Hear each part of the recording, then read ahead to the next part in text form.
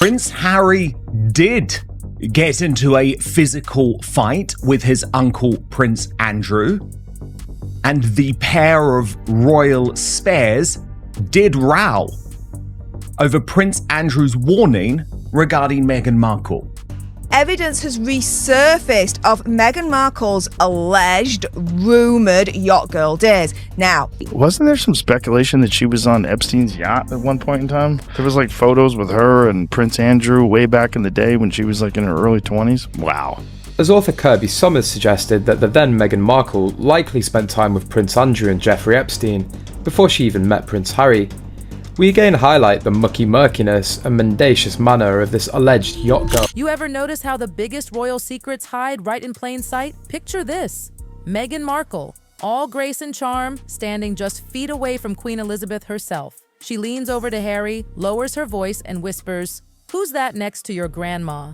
Excuse me? Did she just ask who Prince Andrew is? The man whose face has been plastered across headlines, documentaries, and scandals for decades? Please. Either Meghan was the most clueless royal girlfriend in the entire British monarchy, or she was playing a much smarter game. Because that tiny little moment wasn't just small talk, it was camouflage. Oh yes, the perfect cover. And when you follow the trail, the deleted interviews, the mysterious flights, the uncanny overlaps, it all starts to look like Meghan didn't just not know Prince Andrew. She might have known him a little too well. So stay right here, because this innocent-sounding question might just be the key to Meghan's most carefully erased connection. The one the palace hopes you never figure out. Reminder, Prince Harry married a talentless Soho house, alleged, named Meghan Markle.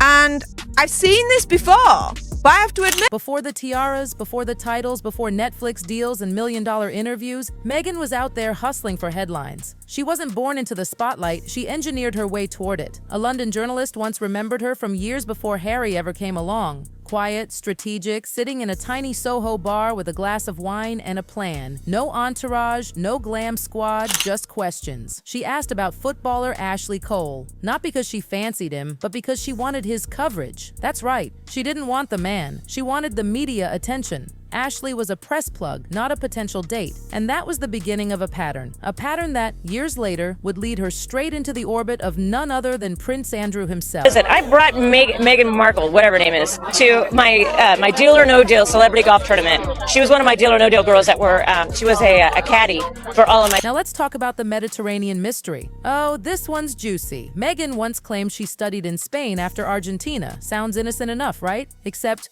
the university lists don't match. No host family, no classmates, not even one verified photo, nothing. But here's what does exist. Yacht logs from that same summer showing luxury trips across the Mediterranean. And guess what? The exact same routes were used by billionaire Ivan Elaj, a man tied directly to Prince Andrew's travel circle. Coincidence? Or early access to royal company? And it doesn't stop there. Flash forward to Hong Kong 2012. Meghan's Suits had just started airing. She flies in for press interviews, smiling for the cameras, but in one now-wiped clip, she casually mentions royalty nearby. Guess who was in Hong Kong that exact week? Prince Andrew. No denial, no explanation, just one more piece of footage that mysteriously vanished from the internet. Funny how that keeps happening, right? It seems like that lady is a temptress. She's a siren. She's lured him into the rocks. It is interesting how she's exposing her as a yacht girl, someone who was paid off by rich men to go and hang out. Now hold on to your crown for this one. It's 2013, the Novak Djokovic Foundation Gala in New York. The guest list? A who's who of the elite. Goldie Hawn, Naomi Campbell, Anna Wintour, Fergie, Eugenie. Oh, and somewhere in that glittering crowd, whispers say, Meghan Markle. Not officially listed, no photo, no record, just quiet talk that she was there. How does a mid-tier TV actress slip into an event crawling with billionaires and royals? That's not luck, that's access. And where does that access come from? Soho House. If power had a postcode, it would be Soho House. Private members clubs, secret guest lists, whispered invites, and guess who were all part of that same social orbit? Harry, Andrew, Eugenie, Fergie, and And yes, Meghan, she wasn't a visitor, she was installed, always there, never photographed, always present, but invisible. That's not coincidence, that's precision. The kind of strategic visibility that builds empires quietly, one gala at a time. And then came the Istanbul mystery. 2015, Soho House opens a branch there. The Daily Mail splashes photos of every celebrity at the launch, except Meghan, who's literally standing beside Eddie Redmayne in the raw shots, yet her name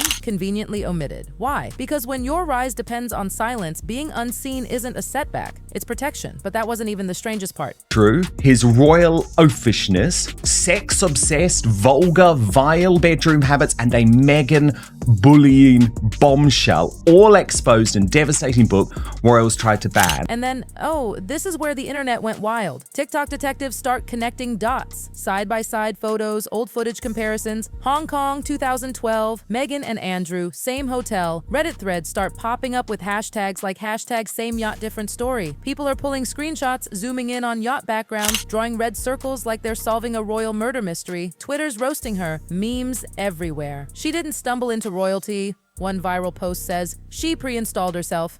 And those memes? The ones with binoculars and the caption, "Who's that next to your grandma?" Yeah, the internet's eating it up. Would you believe her after seeing that clip?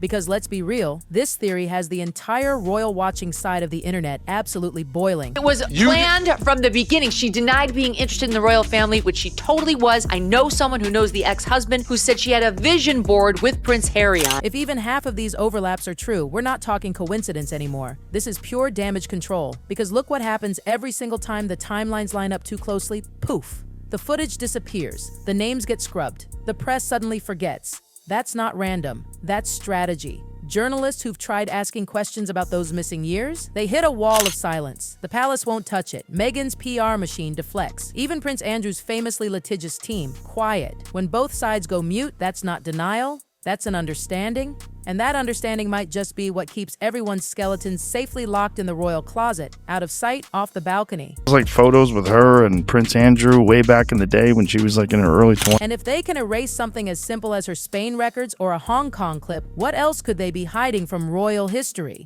Harry, his marriage to Meghan Markle would not last more than a month, and accused his nephew of going bonkers and not doing any due diligence into her past. So tell me, did Meghan really not know Prince Andrew? Or did she know him long before Harry ever came along? Was it all just luck and timing? Or a masterclass in royal strategy? Comment your take. Are you team coincidence or team calculated? And if you love your royal tea served piping hot with receipts and a heavy pour of shade, subscribe because trust me, this scandal, oh, it's only just getting started.